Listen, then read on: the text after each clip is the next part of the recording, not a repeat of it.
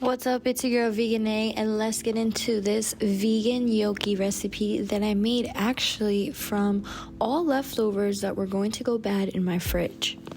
So if you have some things that are about to go bad in your fridge, hopefully this inspires you to put it all together and make a delicious meal out of it. Let's get started. So the meal that I'm making is inspired by gnocchi, which is basically a potato pasta. So I'm beginning by prepping my potatoes, which I actually looked up after I finished the recipe that it is highly recommended to leave your potatoes with the skin on and boil them whole, and then peel the skin after they're done boiling. It's just an easier process, and it actually helps the potato cooked better for the pasta. So I'm gonna show you what I did, but like I said, I highly recommend doing the other way for the better results.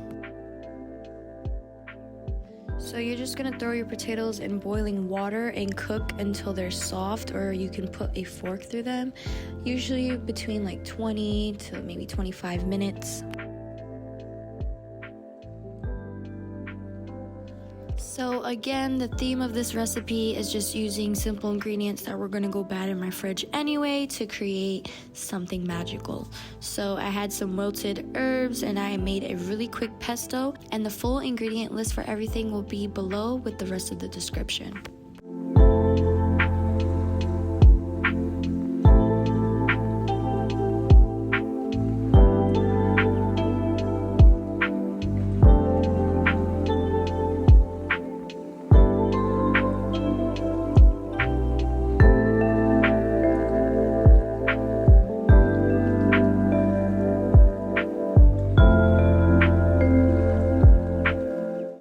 So when making your pesto, make sure to blend thoroughly because there are seeds in there, so you just want to make sure that everything is nice, smooth, and creamy.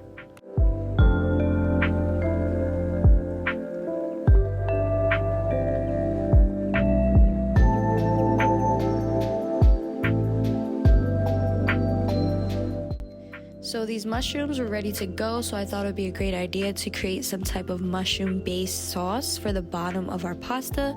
So that's what we're doing. We're going to begin by chopping up some onions and some red peppers, as well as washing our mushrooms to make sure that they're clean before we use them.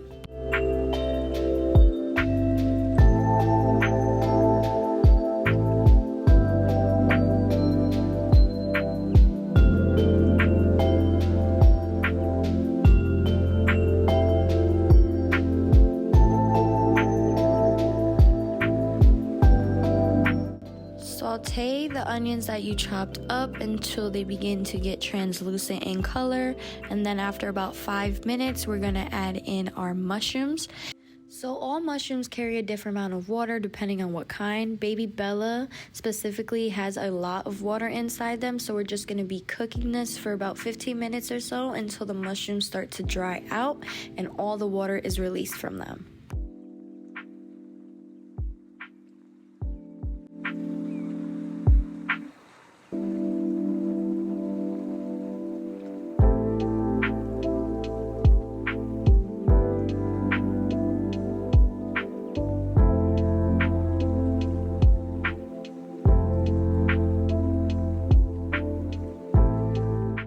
Once you see your mushrooms releasing a lot of water, this is a great time to add your red peppers in and continue to cook for about 10 to 15 minutes.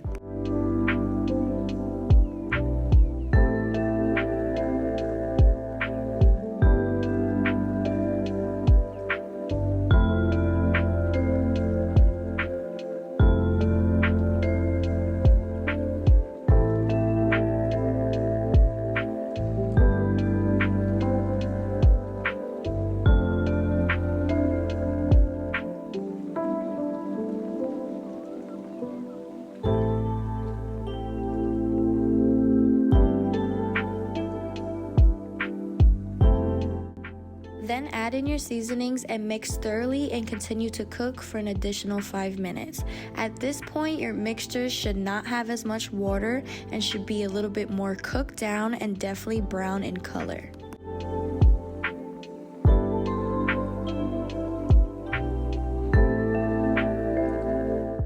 So I felt the mushroom sauce was lacking something, so I added a 1/4 cup of tomato basil sauce for added acidity, flavor, color, and texture for this mushroom base.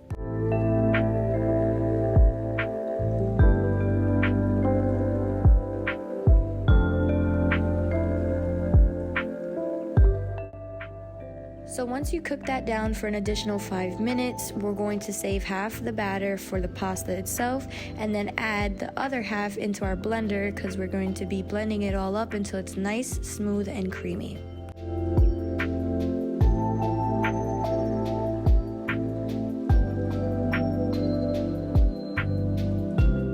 So add both mixtures back into the pan, and a little tip that I like to do to get the rest of the sauce out of the cup is just add a little bit of water and swish it around in the cup and then pour it back in. That way you can get every last drop of the sauce that you blended up and you get your water that you needed in your sauce anyway. So just a little quick tip.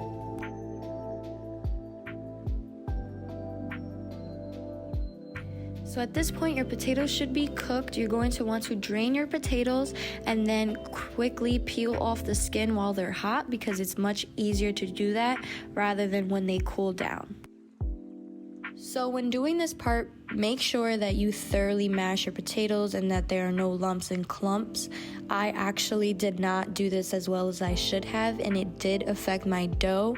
However, I still was able to make my gnocchi, but I know it just would have been a little bit better had I taken that extra time to make sure that the potatoes were light and fluffy and airy before going forward with the rest of the steps. I share information like this with everyone just to show you that if you do make mistakes, it's okay, and that you can always adapt from them and still make really delicious food, even if it doesn't go as planned. That's kind of what this whole recipe is about, is being creative and adapting and doing what you can. After you mash your potatoes, you're going to add in your salt, olive oil, and flour and mix thoroughly until it starts to form into a nice dough ball consistency. The best tool to use for this process would be your hands because it's easier to grasp and start to form the dough balls instead of using a fork or a spoon. After a while, you can dump your batter onto your countertop with some flour so it doesn't stick, or parchment paper like I did, and continue to knead it until it forms into a nice solid ball. Now, because I didn't mash my potatoes as much as they should have been, there are little pockets of potato that are in my dough. It still ended up working, but this is why I said to make sure that you completely mash your potatoes in the beginning because it will make a difference in your dough. I like to cut my dough in half and then work with that in quarters, and within each quarter I will roll out almost into like a finger shape and continue that with all the 4 pieces until everything is all rolled out and even. Simple technique I use is just rolling it between my 2 hands or rolling it on the countertop with my fingers and applying a medium pressure just to make sure that it rolls out, but you don't want to break it or rub it too hard where it starts to thin too much. Continue to do this for all your pieces until they're completely done. So this recipe is actually perfect for the holiday times because it's something that friends, family, and even children can get in on and help within the kitchen, creating these little gnocchis. And it's something fun for everyone to be involved with. So just a little something to keep in the back of the mind if you want to create food with your loved ones. So once I'm finished, this is what it looks like, and it's okay if they're not exactly the same. You just want them generally around the same size and shape just so they can cook around the same time. I cut the gnocchis into about bite-sized pieces and then used the first cut to help me cut the rest of them so that they are around the same size.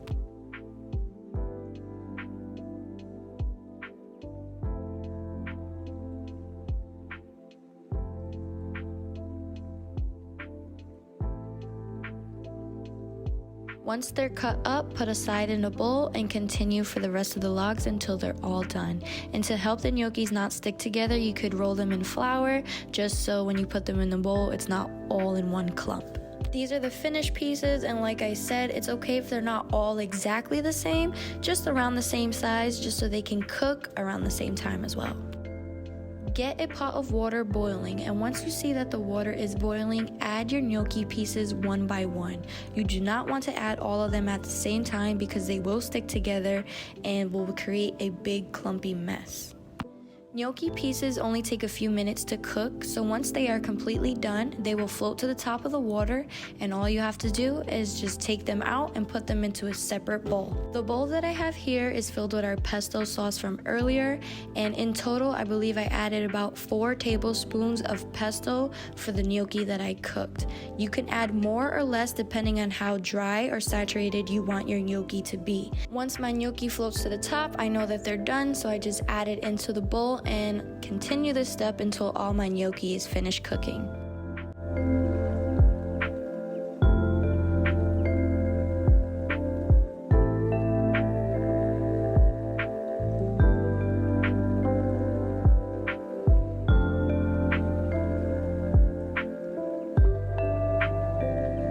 So once the gnocchi pieces are done, I'm just adding them into the pesto and mixing them thoroughly to make sure that everything is covered in the sauce.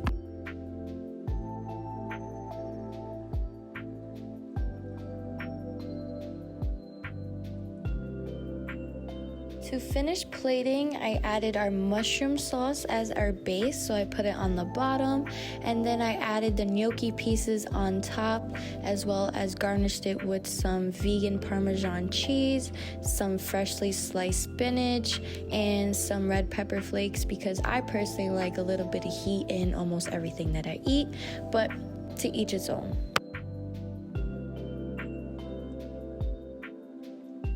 So this is the finished product, and I'm actually very pleased and happy, especially because most of the ingredients that we used today for this recipe was ingredients that were going bad or already on its way out. I hope this video can inspire you in your kitchen to adjust and adapt to any situation.